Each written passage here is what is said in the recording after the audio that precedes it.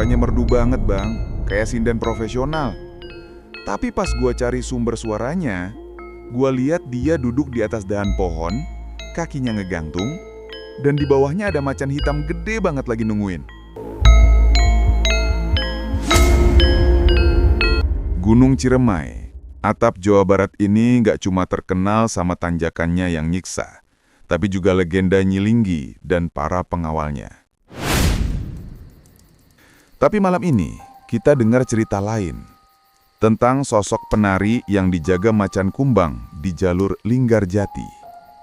Bagas, ini kejadian tahun berapa? Tahun 2018 bang. Kita naik berlima lewat jalur Linggarjati. Jalur yang katanya paling mistis karena ngelewatin alas kuburan kuda dan Bapak Tere. Awalnya aman, kita jalan santai dari base camp. Tapi salah satu teman gue, si Aldo, emang mulutnya agak lemas. Dia ngeremehin trek Ciremai yang katanya pendek. Di pos kuburan kuda, Aldo nendang bekas sesajen di pinggir jalan. Dia bilang, "Ah, sampah doang ini."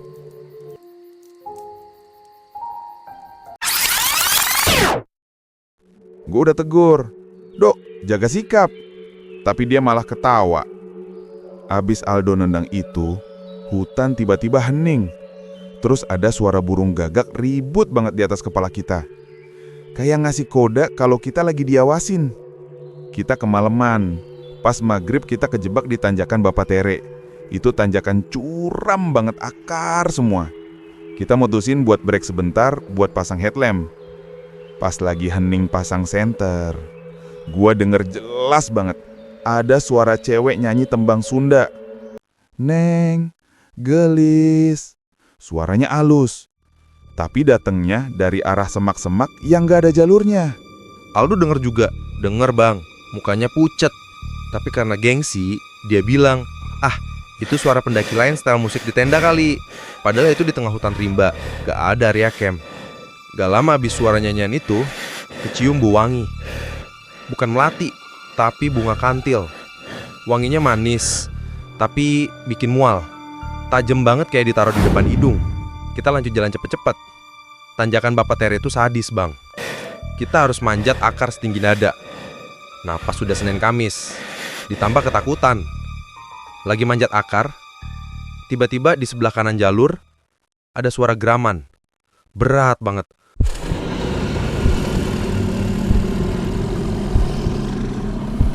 Suaranya bukan kayak babi hutan. Itu suara kucing besar.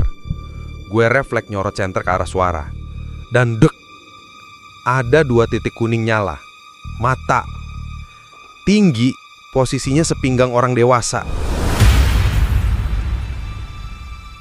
Dia natap kita tajem.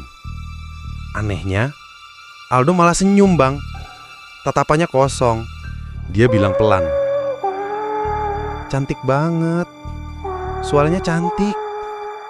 Dia mulai jalan keluar jalur, nyamperin mata itu. Gua teriak, "Dok, jangan kesana." Pas antar gua fokusin, Masya Allah, itu macan kumbang. Hitam legam, gede banget. Dia gak lari, dia cuma berdiri, pasang badan. Dan gue lihat di belakang macan itu ada cewek duduk santai di dahan pohon. Dia pakai kebaya zaman dulu, tangannya melambai-lambai ke arah Aldo. Gue sama Rio langsung lari narik tas karirnya Aldo. "Sadar woi, istighfar." Tapi tenaga Aldo kuat banget, kayak bukan tenaga dia. Dia ngotot pengen kesana. Pas kita berhasil narik Aldo jatuh, sosok cewek itu ketawa. Tawanya melengking ngebasuh satu hutan. Dan macan itu, dia ngaum kenceng banget sampai kuping gua berdengung.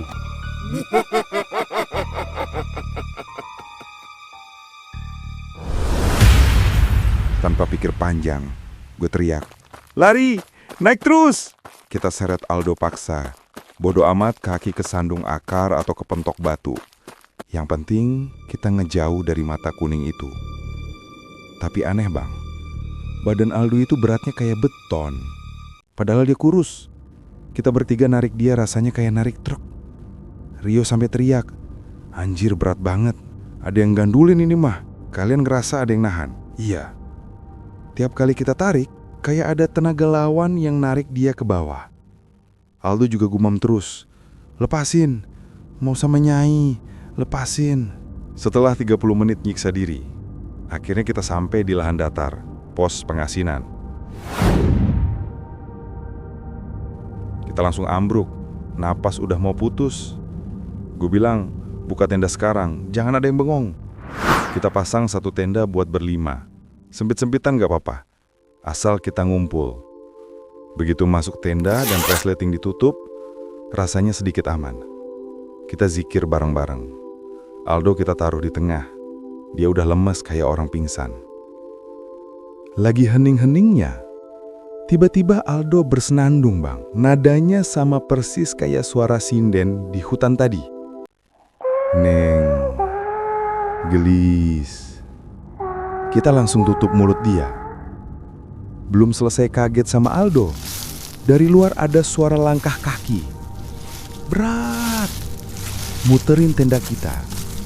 Terus ada suara ngendus-ngendus kencang, pas di samping kuping gue, dibatasi kain tenda. Kita lihat bayangannya di dinding tenda. Jelas banget, Bang. Itu bentuk kucing raksasa. Ekornya panjang, badannya seukuran sapi. Dia gesek-gesekin badannya ke tenda kita. Terus, ada kuku tajam yang nyakar atap tenda. Aldo langsung teriak histeris. Dia masuk, dia mau masuk. Dan dari kejauhan, suara ketawa cewek itu kedengeran lagi. Makin dekat.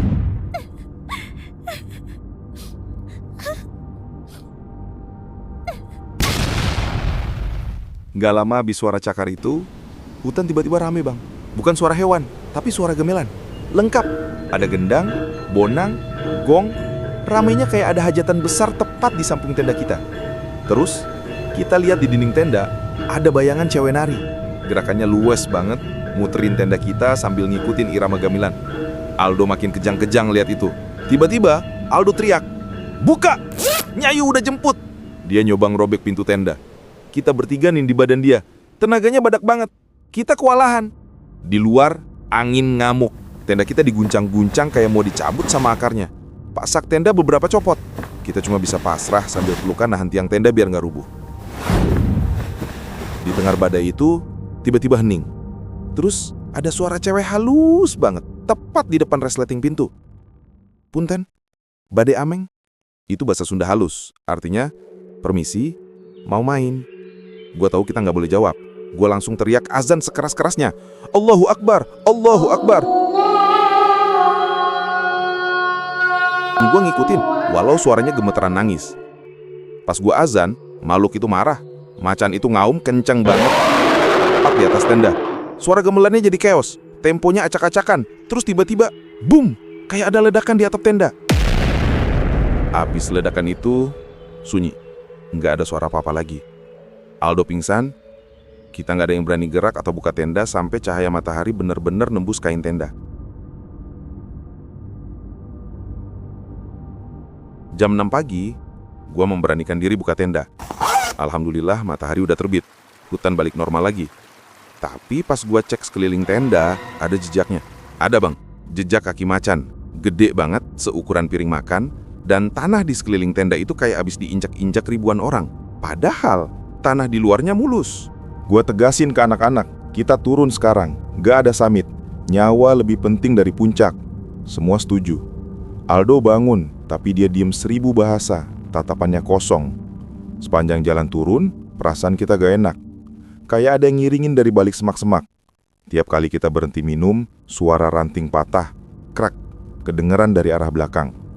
Siang jam 12, kita sampai base camp. Rasanya kayak baru keluar dari penjara. Kita lapor ke pos penjagaan kalau kita batal muncak karena ada insiden. Tiba-tiba ada bapak tua, Abah Jaja namanya, nyamperin kita. Dia langsung nunjuk Aldo. "Kamu bikin ulah Abah di atas. Baunya wangi kembang banget badan kamu." Abah itu tahu sosoknya. Tahu banget, kata Abah, itu Nyai Seruni, sinden goib penjaga Bapak Tere. Dia suka sama suara gamelan dan anak muda yang ganteng tapi sombong. Yang macan itu peliharaannya, si Kumbang. Abah bilang, temenmu ini nendang piring makan mereka. Jelas mereka marah. Untung kalian azan. Kalau enggak, mungkin temenmu udah dibawa masuk ke dimensi mereka buat dijadiin penabuh gamelan. Aldo dimandiin air doa sama Abah. Dia muntah cairan hitam pekat, bau bangkai. Abis itu, dia baru sadar total, nangis kejer minta ampun. Pelajaran mahal buat gua dan tim. Gunung itu bukan tempat kita cuma tamu. Sopan santun itu nomor 1, mau percaya gaib atau enggak. Jangan pernah ngerusak atau ngeremehin apapun di alam bebas. Merinding. Kisah Bagas jadi pengingat. Di mana bumi dipijak, di situ langit dijunjung. Jangan sampai keangkuhan kita jadi tiket satu arah menuju dunia mereka. Sampai jumpa di kegelapan selanjutnya. Bye.